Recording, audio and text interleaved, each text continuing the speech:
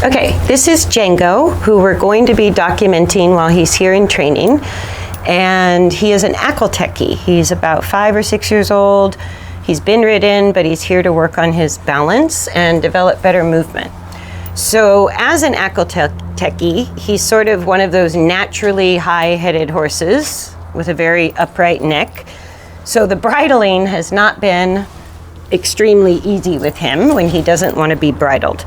So we're just going to go over a couple of things we can do to make bridling easier, because there goes his head, and you can see he's quite a bit taller than me when he decides to put his head up.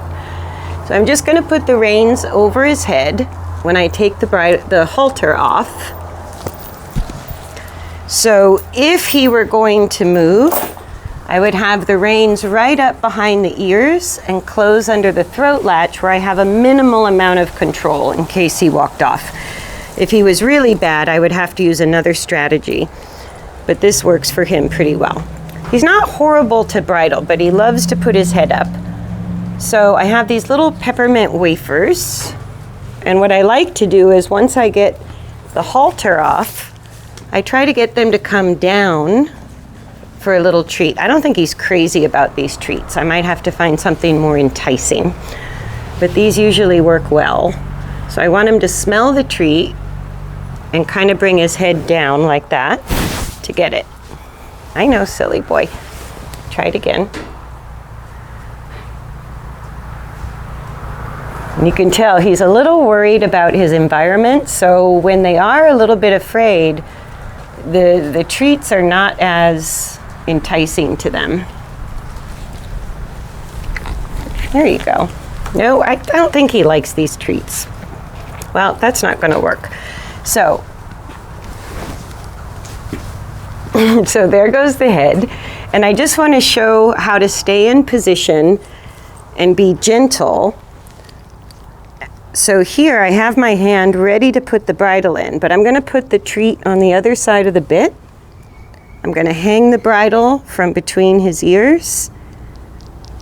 And if they like the treat, which he's not wild about, usually they open their mouth to get the treat, and you can slip the bridle in on the other side of the treat. I don't think he likes these treats, so I'm just going to lose that as an idea. So now I'm here.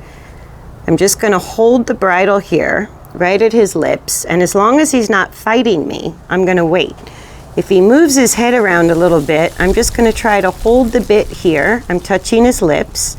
I can even play with the nose a little bit, pinch the nose, use a finger to kind of play with the mouth on the outside, rubbing the lips. And my hand between his ears doesn't really prevent him from putting his head up, but it makes it a little bit harder there. So as he relaxes, I can stick my finger on his lips and rub a little bit. But mostly, I just want him to stay kind of relaxed and his head downward. But even this big, tall horse, and I'm not that tall, I can hold the top of the bridle to keep the bit in, because as soon as he took the bit, he also tossed his head up. So even though I'm no longer between his ears because I can't reach, I'm just holding an upward pressure on the bit to keep it in his mouth. And then I'm going to wait for him to just relax a tiny bit more before I put the earpiece on. So I can pet him. This is where a treat down low, if they like it, which he doesn't, is really helpful. So I'm just going to wait here because the force of his head is still going up and back. Now there's just a tiny bit of relaxation that says I can put one ear in. I'm still holding the top of the bridle above the brow band with upward pressure, so he can't slip the bit out of his mouth.